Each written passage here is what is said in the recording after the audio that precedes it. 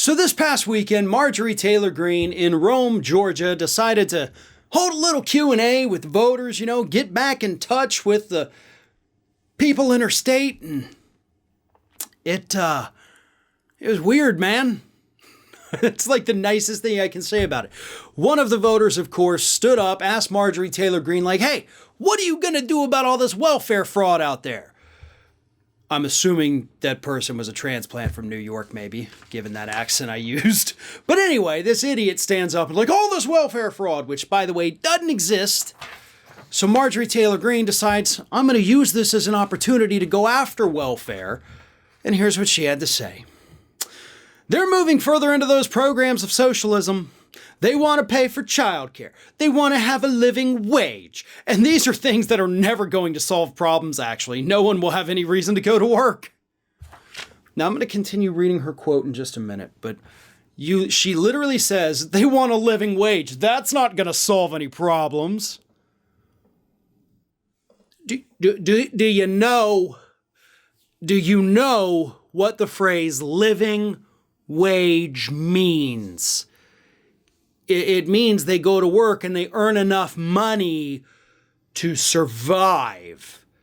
But Marjorie Taylor Greene, in that comment I just read from this past weekend, thinks that paying people a living wage isn't going to solve any of their problems.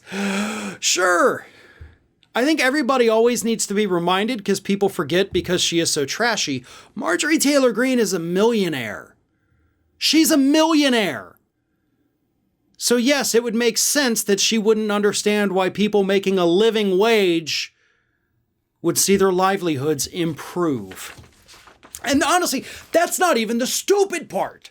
Stupidest part, I guess, of what she had to say. It gets so much worse. Here it is. I am opposed to all that. Yes, welfare does have a purpose and a place, and there are times that the people have really hard times in life and definitely need it. But we need to have a program in place where they get moved off generational welfare. Why does a woman need to be married if she can be married to the government and keep getting a government check? Is that why you think women in the United States get married? Based on what I just read, which are the words that came out of your mouth this past weekend in Rome, Georgia, the reason women get married is so they don't have to be on welfare here in the United States. I got to tell you, on behalf of every person married to a woman in this country, that's a big blow to the ego.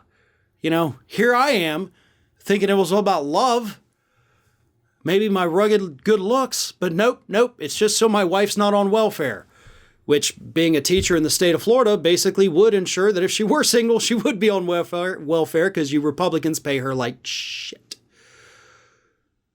But that honestly is insulting to every single woman in this country. Like, the only reason you're not on welfare is because you're married to a man. The only way you can make something of yourself is if you're married to a man. And especially ironic here, considering the fact that Marjorie Taylor Greene is actually the breadwinner in that family. Those millions I mentioned, that money that they have, the business they run, came from her parents, right? The dude married into that. So what does that say about him, Marjorie? It's clear to see who wears the pants in that relationship. Not that there's anything wrong with that.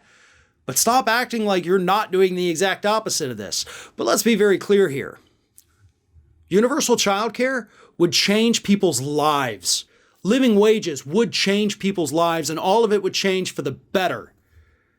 That's what would happen if we expanded these social safety net programs instead of contracting them like you and your party want to do. And I guess in order to do that, you felt the need to insult every single woman in the United States of America. Thanks for watching, and if you like what you saw, don't forget to like, comment, share, and most importantly, subscribe to our Ring of Fire channel here.